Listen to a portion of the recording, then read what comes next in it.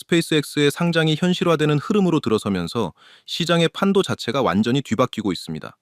블랙록과 같은 세계 최대 외국계 사모펀드와 글로벌 기관 자금이 먼저 움직이기 시작했다는 얘기입니다. 이 흐름을 모르면 그냥 돈이 지나가는 걸 눈앞에서 놓치는 겁니다.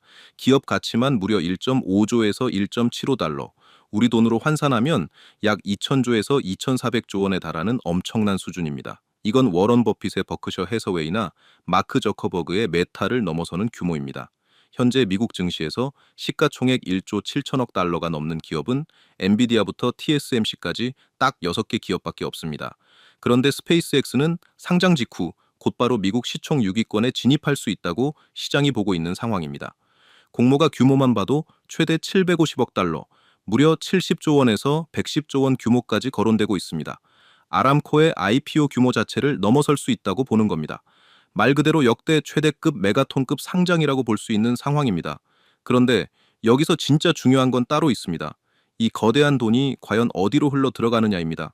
스페이스X는 단순한 로켓 회사가 아닙니다.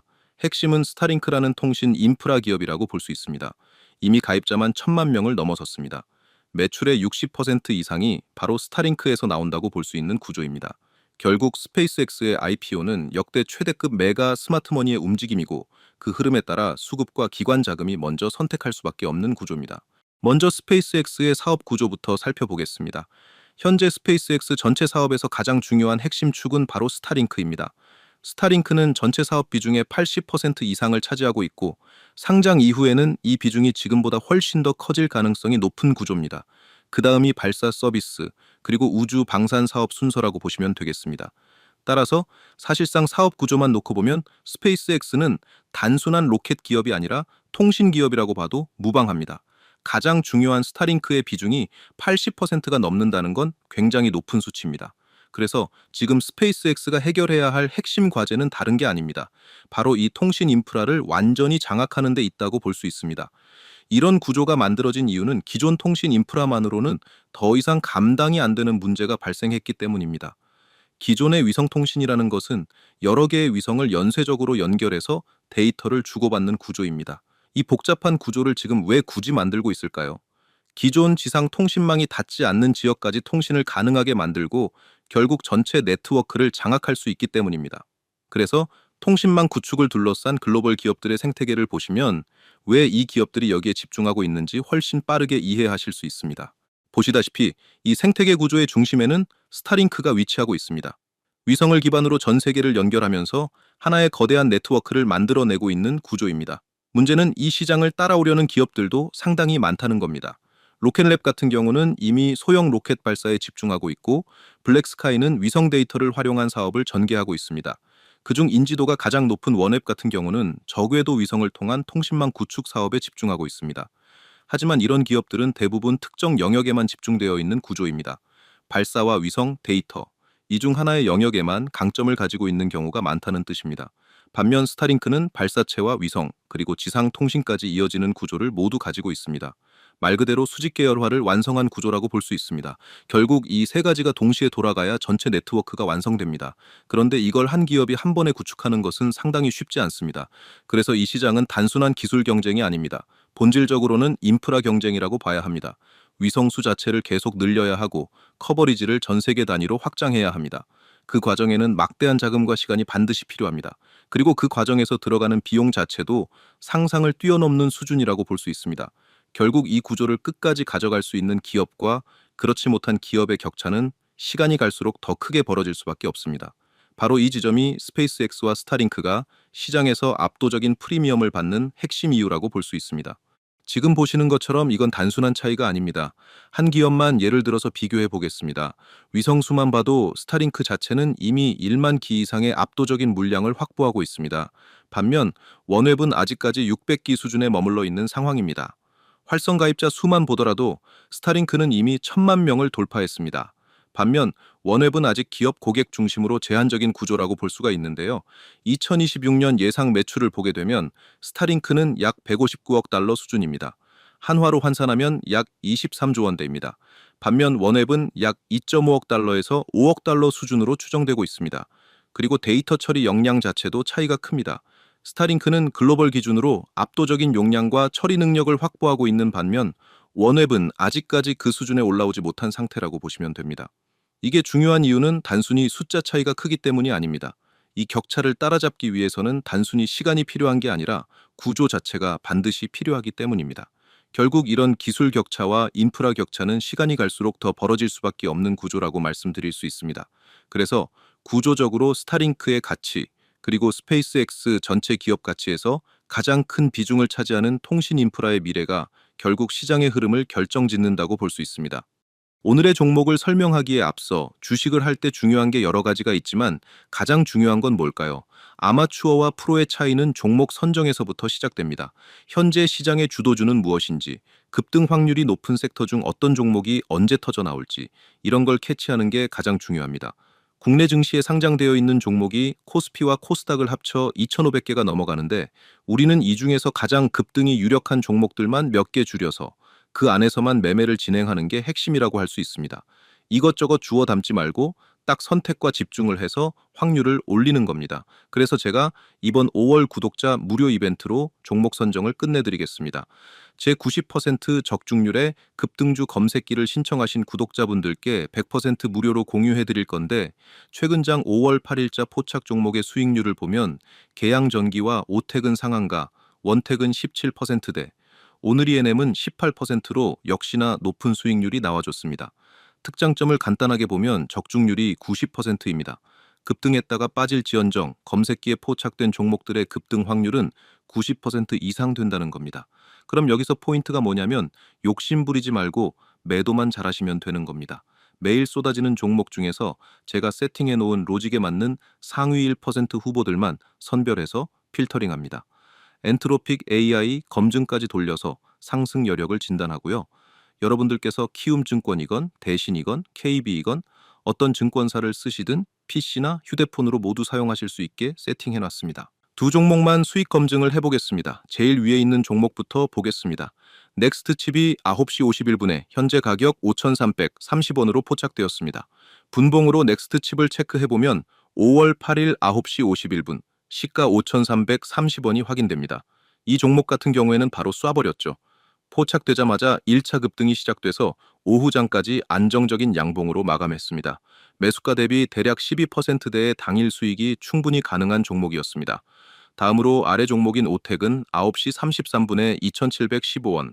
기억해 두시고 역시나 분봉으로 검증해 보면 9시 33분 시가 2,715원. 정확합니다. 조금 여유가 있었습니다. 1시간 이내로만 매수가 들어갔어도 넉넉하게 20% 이상은 수익권이었고 상한가 마감하면서 매수가 대비 30% 수익을 그대로 다 챙길 수 있었습니다. 영상으로 보는 추천주도 좋지만 나는 혼자서 매매해서 실력도 늘려보고 싶다 하시는 분들은 이 검색기를 활용해 보시면 굉장히 좋은 도구가 될 겁니다. 매일매일 이것저것 주워 담지 마시고 이 검색기에 포착되는 몇 개 종목 내에서만 매매를 진행하시면 됩니다. 제가 앞서 말씀드렸듯이 급등 확률은 90% 이상이니까 욕심부리지 말고 칼같이 매도해서 수익 실현만 잘하시면 됩니다. 그럼 가장 중요한 것, 어떻게 받아볼 수 있을까요? 유튜브 시스템상 제가 이 파일을 따로 올릴 수는 없기 때문에 지금 보고 계신 영상의 댓글창을 눌러보시면 제가 고정 댓글에 설문 링크 하나를 달아두었습니다. 이 설문 링크를 통해 신청해 주시면 됩니다. 오늘 저를 처음 보신 시청자분들도 구독해 주시고 구독했습니다 라고 체크만 해주시면 제가 100% 무료로 보내드리도록 하겠습니다. 다 제 채널 성장을 위해 무료로 보내드리는 만큼 구독이랑 좋아요 한 번씩 부탁드리겠습니다. 그리고 상장을 앞두고 있는 스페이스X가 결국 가장 중요한 핵심 기업이라고 볼 수가 있겠는데요. 그렇다면 왜 지금 이 타이밍이 그렇게 중요하다고 보는 걸까요? 현재 스페이스X의 가장 중요한 두 가지 사업 구조를 봐야 합니다. 앞서 말씀드린 스타링크 기반의 위성 사업, 그리고 인프라 발사 서비스 중심의 우주 사업입니다. 이 두 사업의 공통적인 핵심은 결국 자금과 인프라의 확장입니다. 구조는 단순합니다. 발사 인프라를 통해 IPO 자금이 들어오게 되면 그 돈은 결국 스타링크의 위성망 구축과 확장으로 들어갈 수밖에 없습니다. 첫 번째는 위성 수의 확대와 커버리지 전체의 확대입니다. 단순히 위성 몇 개를 더 띄우는 수준이 아닙니다.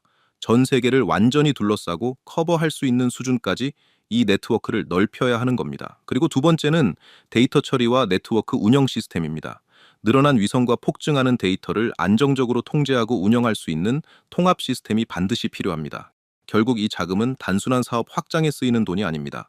위성망과 데이터 처리 인프라를 동시에 키우는 확장 자금으로 집중될 수밖에 없는 구조입니다. 그런데 여기서 진짜 문제는 이 확장이 단순히 위성을 더 띄우는 수준에서 끝나지 않는다는 겁니다. 이번 통신 인프라 구조에서 가장 큰 화두가 되는 부분이 바로 이 지점입니다. 기존 통신 구조가 가지고 있는 구조적인 한계입니다. 이 통신 구조라는 게 데이터를 일정한 방식으로 전달하는 시스템인데, 현재 구조에서는 폭발적으로 증가하는 데이터를 감당하는 데 분명한 한계가 나타나고 있습니다. 지금 위성수만 해도 5,000기에서 10,000기를 상회하고 있고, 데이터 트래픽은 매년 두 자릿수 이상 증가하고 있는 상황입니다. 데이터는 계속해서 늘어나고 있는데, 이걸 안정적으로 처리할 수 있는 인프라는 아직 완전히 갖춰지지 않은 상태라는 겁니다. 그러다 보니까 데이터가 폭발적으로 늘어나면서 분산 문제와 과부하 문제가 동시에 발생하고 있는 건데요. 그러니까 지금 상황에서 이 한계를 해결하지 못하면 전체 통신 구조 자체가 제대로 작동하기 어렵습니다. 그래서 시장은 이 문제를 어떤 방식으로 해결할 것인지, 그리고 어떤 구조로 이 거대한 네트워크를 완성할 것인지 주목하고 있는 겁니다. 그래서 여기에서 시장이 해결책으로 주목하는 전략이 하나 등장합니다. 바로 스페이스X와 테슬라의 구조를 하나로 묶는 합병 시나리오입니다. 스페이스X는 상장을 통해서 인프라를 확대하겠다는 강력한 승부수를 띄웠습니다. 그래서 시장에서는 이 구조가 앞으로 어떤 방식으로 완성될지 계속해서 주목하고 있다는 건데요. 이 과정에서 가장 중요한 포인트가 바로 이 부분입니다. 그럼 일론 머스크는 과연 어떤 생각을 가지고 있을까요? 지금 상황을 오히려 좋다고 생각할 가능성이 대단히 높습니다. 바로 이 기회에 스페이스X와 테슬라를 하나의 전체적인 구조로 묶어버리겠다는 얘기입니다. 결국 스페이스X가 상장을 통해서 인프라를 전체적으로 확장하고 데이터 전송 구조를 완성하게 됩니다.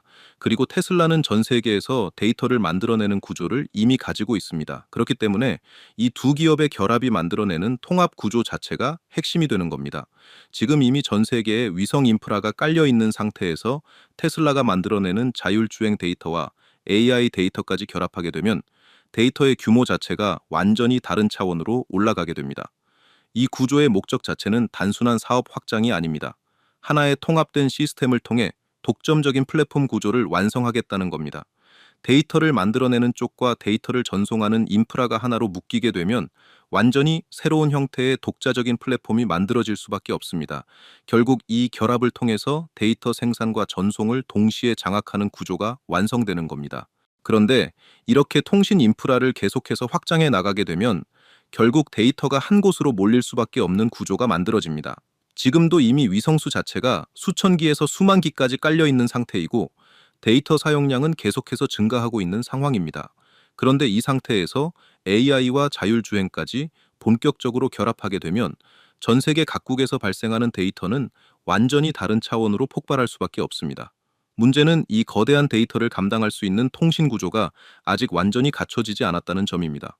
그래서 이렇게 확장된 데이터를 안정적으로 처리하기 위한 통신 구조 역시 한 단계 더 업그레이드 돼야 하는 상황입니다.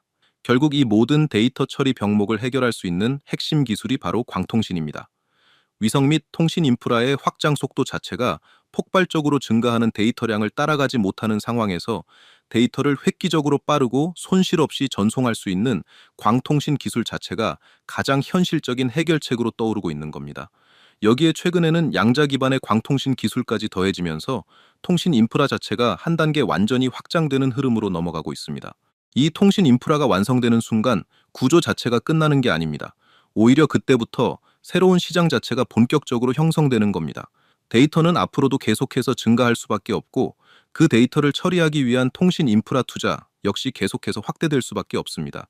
결국 이 흐름에서 살아남는 기업들은 통신 인프라의 핵심 기술을 가진 기업들입니다. 그래서 이 구조에서 진짜 돈은 광통신을 중심으로 한 통신 인프라 기술 기업들로 이동할 수밖에 없는 겁니다. 지금 시장은 광통신을 중심으로 통신 인프라 전반으로 확장되는 흐름이라고 보시면 됩니다. 그래서 지금부터 스페이스X의 상장과 그에 따른 통신 인프라의 전폭적인 투자 또는 파트너십 확대 과정에서 대박을 칠 수 있는 수혜주들을 추가 히든 기업까지 공개하도록 하겠습니다. 스페이스X 상장의 중심에 있는 미래에셋 벤처 투자를 그냥 넘어갈 수는 없습니다. 지금 현재 주가 포지션 자체가 이미 많이 올라왔다고 판단하시는 분들도 분명 계실 겁니다. 하지만 아직까지 거래량을 완전히 다 소진한 구간이라고 보기는 어렵기 없기 때문에 충분히 눌림목에서 다시 기회가 나올 수 있는 기업입니다.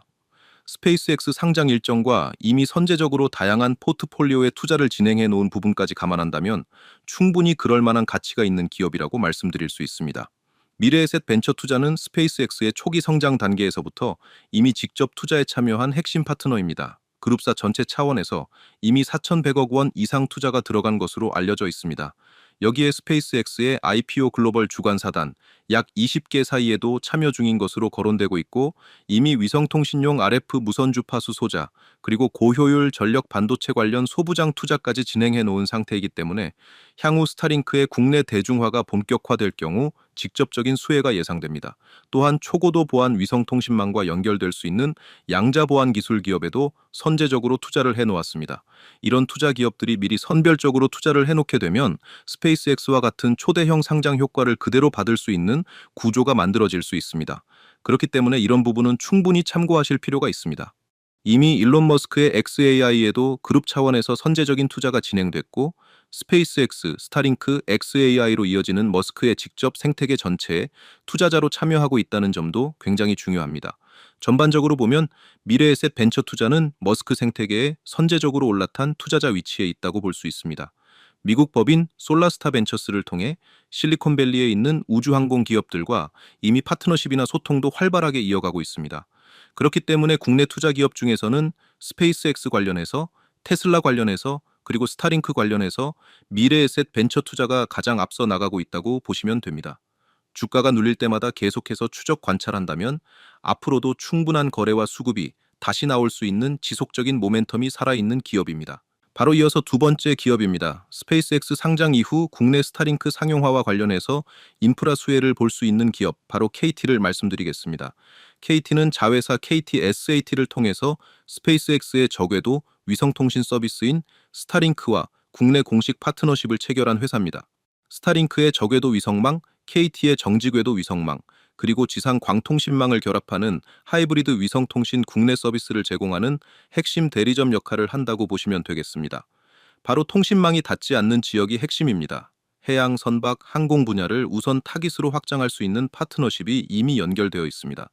스타링크의 빠른 저궤도 위성망과 KTSAT의 안정적인 정지궤도 위성망을 통합해서 끊기지 않는 통신 환경을 구축하는 것이 국내 서비스의 핵심 목표라고 말씀드릴 수 있겠습니다. 여기서 가장 중요한 건 KT가 국내 최대 광케이블망을 보유한 기업이라는 점입니다. KT는 스타링크의 지상국을 국내 기관망에 연결하는 핵심 백본 사업자라고 볼 수 있습니다. 위성 신호를 광통신 신호로 변환하는 고성능 광전송 장비, 운용 기술 자체를 원천 기술로 보유하고 있습니다. 즉, 우주에서 내려오는 통신 데이터가 지상의 사용자에게 광통신으로 전달되는 마지막 구간의 품질을 결정하는 핵심 기술을 가지고 있는 겁니다. 이 부분이 굉장히 중요합니다. 스타링크가 아무리 빠른 적에도 위성망을 구축해도 결국 국내 사용자에게 안정적으로 연결되려면 지상망 품질이 반드시 뒷받침돼야 합니다. 그 역할을 담당할 수 있는 기업이 바로 KT입니다. 여기에 KT는 자체 개발한 양자 암호 키 분배, 즉 QKD 기술을 스타링크 연동망에 적용하는 연구 개발도 현재 수행 중입니다. 그렇기 때문에 앞으로 단순 위성통신뿐만 아니라 양자 보안 통신 쪽에서도 부각받을 가능성이 충분합니다. 아마존의 클라우드 및 위성 데이터 활용 파트너십도 있고, 삼성전자와 MS의 통신 파트너로서의 위치도 가지고 있습니다. 여기에 국내 최대 광케이블망을 보유하고 있다는 점만 놓고 봐도 현재 주가 포지션에서 꾸준히 추적 관찰하면서 분할 공략하는 전략이 상당히 유효할 수 있다고 말씀드리겠습니다. 마찬가지로 앞으로 어떤 뉴스가 붙을 수 있느냐가 더 중요하기 때문에 이번에는 성호전자를 먼저 말씀드리겠습니다. 성호전자는 2025년 말 광트랜시버 정렬 장비 기업을 인수했습니다. 반도체와 광학 부품을 결합하는 CPO 핵심 기술을 보유하고 있는 기업인데요. 이 기술 자체가 데이터 센터의 전력 효율을 크게 개선할 수 있는 핵심 기술입니다. 그래서 엔비디아의 선택을 받을 수 있는 기술 영역이라고 볼 수가 있겠습니다. 이 기술이 중요한 이유는 양자 광통신에서 광자 단위의 신호를 다루기 위해 초정밀 광학 정렬 기술이 필수적으로 필요하기 때문입니다. 그렇기 때문에 이 장비는 양자 신호를 손실 없이 전달하는 핵심 공정에 사용될 수 있습니다. 엔비디아의 자회사 멜라녹스의 공급사로 선정될 만큼 세계적인 기술력을 인정받고 있는 기술이라는 점도 중요합니다. 결국 광통신에서 시작해서 양자 광통신까지 확장될 수 있는 구조 안에서 이제 본격적으로 뉴스가 붙을 수 있다는 얘기입니다. 여기에 성호전자는 테슬라의 전기차나 자율주행 전원부 모듈에 확장되는 필수적인 필름 콘덴서 공급 파트너로도 볼 수 있습니다. 그리고 스타링크의 위성 지상국 간 또는 위성 간 레이저 통신 모듈을 제작하게 되는 흐름이 나온다면 자회사의 정밀 광학 장비가 채택될 가능성도 상당히 높습니다. 테슬라와 엔비디아 양쪽 밸류체인에 모두 공급 파트너로 선정되어 있기 때문에 이 세계적인 기술력이 양자 광통신까지 연결되는 흐름에서 분명하게 새로운 뉴스가 붙을 수 있을 것으로 예상됩니다. 그렇기 때문에 성호전자는 현재 주가 포지션에서도 충분히 추적 관찰할 만한 기업입니다. 눌림이 나올 때마다 스마트하게 지켜보면서 분산 접근한다면 향후 스페이스X와 스타링크, 엔비디아, 테슬라로 이어지는 광통신 확장 흐름 안에서 좋은 결과를 기대해 볼 수 있는 기업으로 말씀드리겠습니다. 끝으로 제가 앞서 급등주 검색기를 공유해 드렸는데요. 저희 구독자분들 중에서 나는 검색식 같은 거 복잡하고 귀찮다.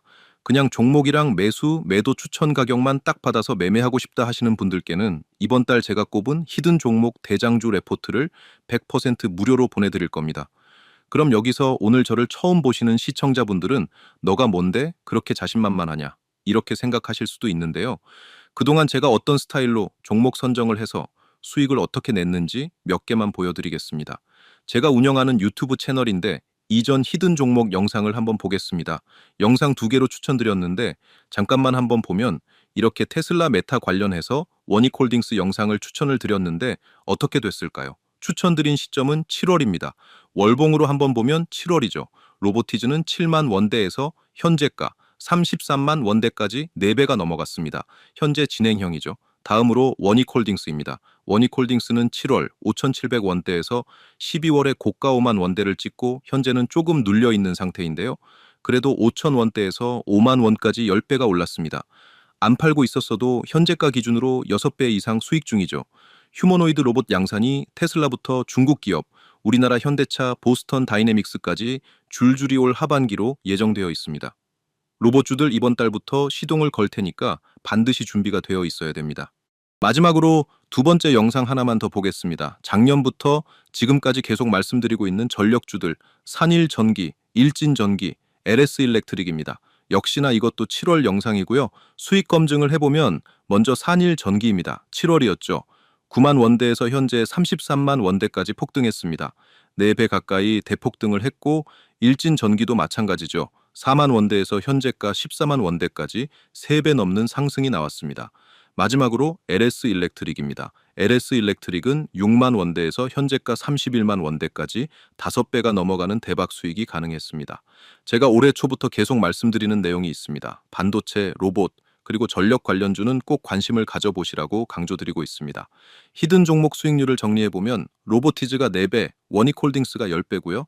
산일전기 3배, 일진전기 4배, 그리고 LS일렉트릭 5배입니다. 전부 다 보유하고 있었다면 정말 엄청난 수익이 가능했습니다. 그래서 제가 올해 준비한 5월의 히든 대장주는 따로 신청해주신 구독자분들께만 무료로 공유해드리려고 합니다. 기존 구독자분들뿐 아니라 오늘 저를 처음 보신 시청자분들께서도 구독만 해주시면 모두 받아보실 수 있는데요. 제가 고정 댓글에 달아둔 링크를 누르시면 이런 구글 설문지가 뜹니다. 여기서 구독했습니다를 체크해 주시고 마지막에 꼭 제출 버튼을 눌러주셔야 하고요. 이번에 제가 보고 있는 종목은 전력, 전선 관련, 대장주 한 종목, 그리고 로봇 관련 종목 한 종목입니다. 특히 이 로봇 종목은 아직 증권사 리포트에는 한 번도 나온 적이 없고 경제 뉴스에도 거의 언급된 적이 없는 저평가 기업입니다. 제2의 원익홀딩스 후보로 제가 눈여겨보고 있으니 기대해봐도 좋을 것 같고요. 신청해주신 모든 분들께는 제가 앞서 말씀드린 급등주 검색기와 대장주 레포트, 로봇, 전력 관련 자료까지 3가지 모두 100% 무료로 보내드리도록 하겠습니다. 다 제 채널 성장을 위해 드리는 만큼 구독이랑 좋아요 꼭 한 번씩 클릭해 주시고요. 저는 다음 영상에서 더 좋은 종목 잘 준비해서 인사드리겠습니다. 시청해 주셔서 감사합니다.